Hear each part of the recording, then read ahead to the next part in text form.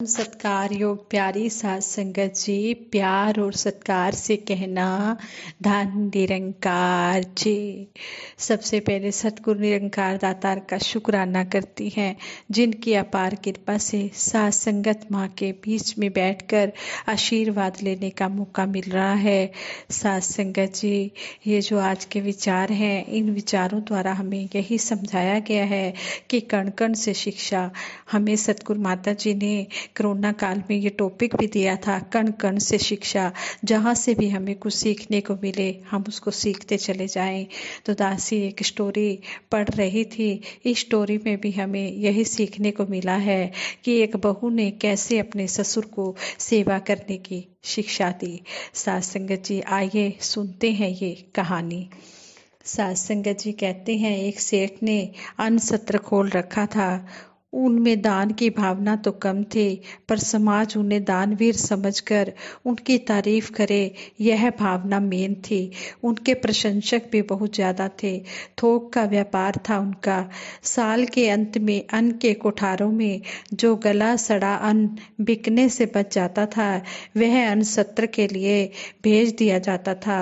प्रायः सड़ी ज्वार की रोटी ही सेठ के अन्न सत्र में भूखों को मिलती थी।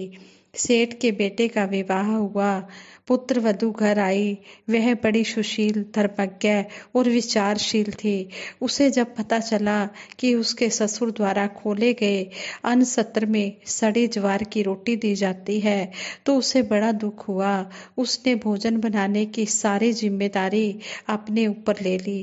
पहले ही दिन उसने अन्न सत्र से सड़ी ज्वार का आटा मंगवाकर एक रोटी बनाई और सेठ जी को परोसी, अपने ससुर को परोसी। और जब उसके ससुर सेठ जी भोजन करने बैठे तो उनकी थाली में भोजन के साथ वह सड़ी रोटी परोसती थी।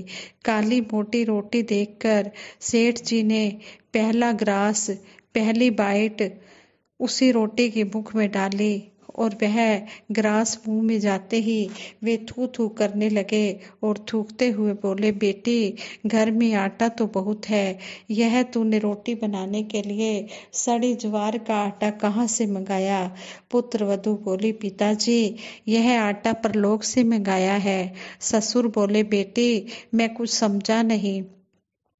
बहू ने कहा, पिताजी जो दान पुण्य हमने पिछले जन्म में किया वही कमाई अब खा रहे हैं, और जो हम इस जन्म में करेंगे वही हमें परलोक में मिलेगा। हमारे अन्न सत्र में इसी आटे की रोटी गरीबों को दी जाती है। परलोक में केवल इसी आटे की रोटी पर रहना है। इसलिए मैंने सोचा कि अभी से हमें इसे खाने की प्रैक्टिस हो जाए तो वहाँ खाते समय कष्ट कम होगा। सेठ जी को अपनी गलती का एहसास हो गया। उन्होंने अपनी पुत्र वधू से माफी मांगी और अन्न सत्र का गला सड़ा आटा उसी दिन बाहर फिकवा दिया। तब से अन्न सत्र से गरीबों भूखों को अच्छे आटे की रोटी मिलने लगी। संगत जी, इसमें फिर आगे यही समझाया गया है कि आप सेवा तो करो, आप दान तो करो, लेकिन ऐसा हो कि जिससे दूसरे का मंगल ही मंगल हो।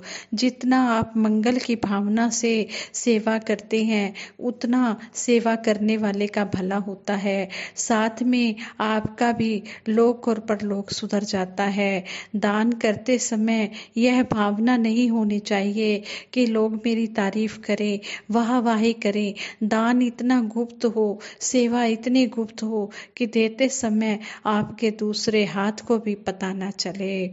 संगत जी, कितना सुंदर हमें समझाया और किस तरह एक बहू ने अपने ससुर को शिक्षा दी कि जब भी हम कोई भी सेवा, माया सेवा से कोई भी संतों की सेवा करते हैं तो हम अच्छे से अच्छा खाना भेंट करें, अच्छे से अच्छा फ्रूट भेंट करें, अच्छे से अच्छा हम ड्राई फ्रूट जितनी भी हमारी सामर्थ्य है हम उसको भेंट करें। हम ये ना सोचें कि ये तो हमने खाना नहीं है, चलो हम ये सत्संग में संतों को दे देते हैं। नहीं, जैसा हम करेंगे वैसा ही हमें फल मिलेगा। इस बात को भी हमने नहीं सोचना है।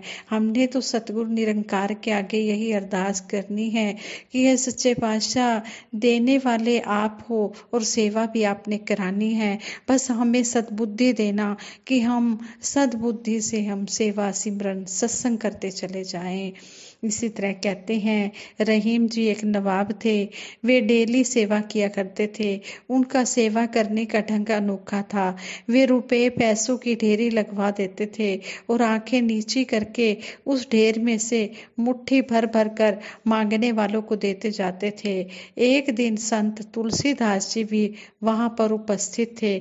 उन्होंने देखा कि एक मांगने वाला 2-3 बार ले चुका है, परंतु रहीम जी फिर भी उसे दे रहे हैं। यह दृश्य देखकर तुलसीदास जी ने पूछा, सीखे कहाँ नवाबजू देनी ऐसी देन, कि आप जी ऐसी देनी देन कहाँ से सीखे हैं।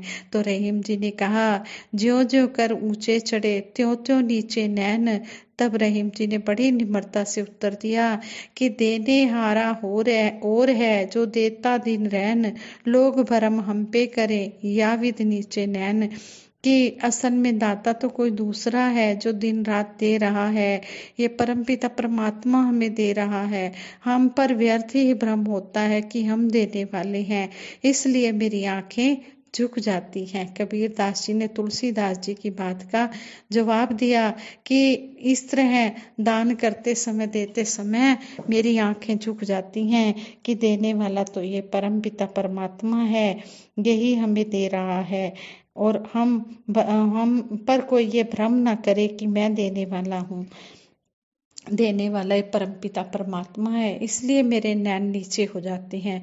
कितनी ऊंची दृष्टि है कबीरदास जी की, कितना पवित्र सेवा का भाव है कबीरदास जी का। सेवा, श्रद्धा, प्रेम, सहानुभूति और नम्रता पूर्वक दो। कुड़ कर जल कर खींच कर मत सेवा करो। हंकार मत, सेवा करते समय हंकार की भावना मत लाओ। जब अहंकार मन में आ जाता है तो वहीं पर सेवा का भाव खत्म हो जाता है। अहंकार को विसर्जित करके विशेष नम्रता से सामने वाले की अंतरात्मा का आशीष हमने पाना है। तो सतगुरु बाबा हरदेव सिंह जी महाराज भी संपूर्ण हरदेव बानी के इस शब्द द्वारा हमें यही समझा रहे हैं कि मैं का दान करके आना, सेवा के मैदान में नम्रता को धारण करना, क्या रखा अभिमान में। हंकार से कुछ भी मिलने वाला नहीं है। हंकार से सिर नीचा ही होता है, उसको शर्मिंदगी का सामना ही करना पड़ता है जो अहंकार करता है।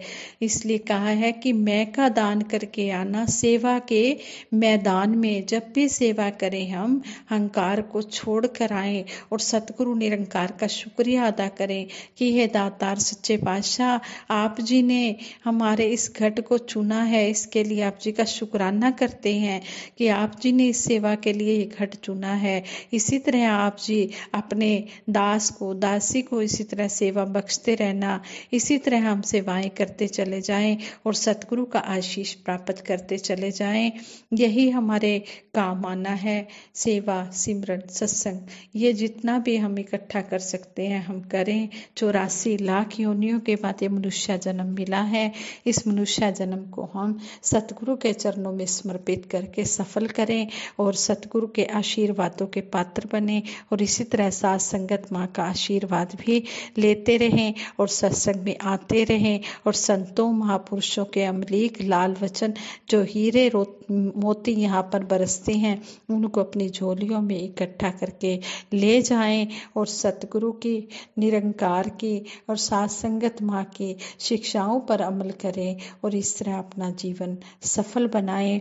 और कर्म करने से ही बात बनती है, वचन मानने से ही बात बनती है। जो वचनों को मानते हैं वही जग की शोभा बनते हैं।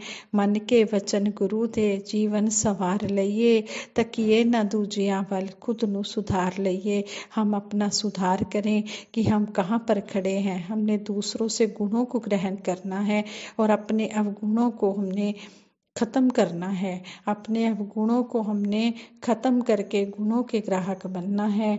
और हमने हर एक से जहाँ से भी हमें गुण ग्रहण करने को मिले, चाहे भले ही वो छोटा सा बच्चा ही क्यों ना हो, हम उससे भी गुण ग्रहण करते चले जाएं। यह समय बड़ा ही अमोलक है, बड़ा ही सुहाना है। ये हमारे जिंदगी के जो श्वास जितने मालिक ने बख्शे हैं, ये दिन प्रतिदिन कम होते चले जा रहे हैं, हर पल कम हो रहे हैं। हमारी जिंदगी खत्म होती जा रही है, ये अंतिम पड़ाव पर पहुंचती चली जा रही है। हमें नहीं पता है कि कितने हमारे श्वास हैं, इसलिए इन श्वासों के रहते जितना भी हो सके हम संसारिक कार्य व्यवहार भी करें, जगत व्यवहार भी करें, और हम अपनी आध्यात्मिक शिक्षा को भी अंतिम श्वासों तक हम अपनाते चले जाएं। संतों के संग बैठकर जिस तरह सीख रहे हैं, इसी तरह गुरुमत को सीखते चले जाएं और सतगुरु के आशीर्वादों के पात्र बनते चले जाएं। सभी के लिए सतगुरु माता जी के चरणों में यही अरदास है।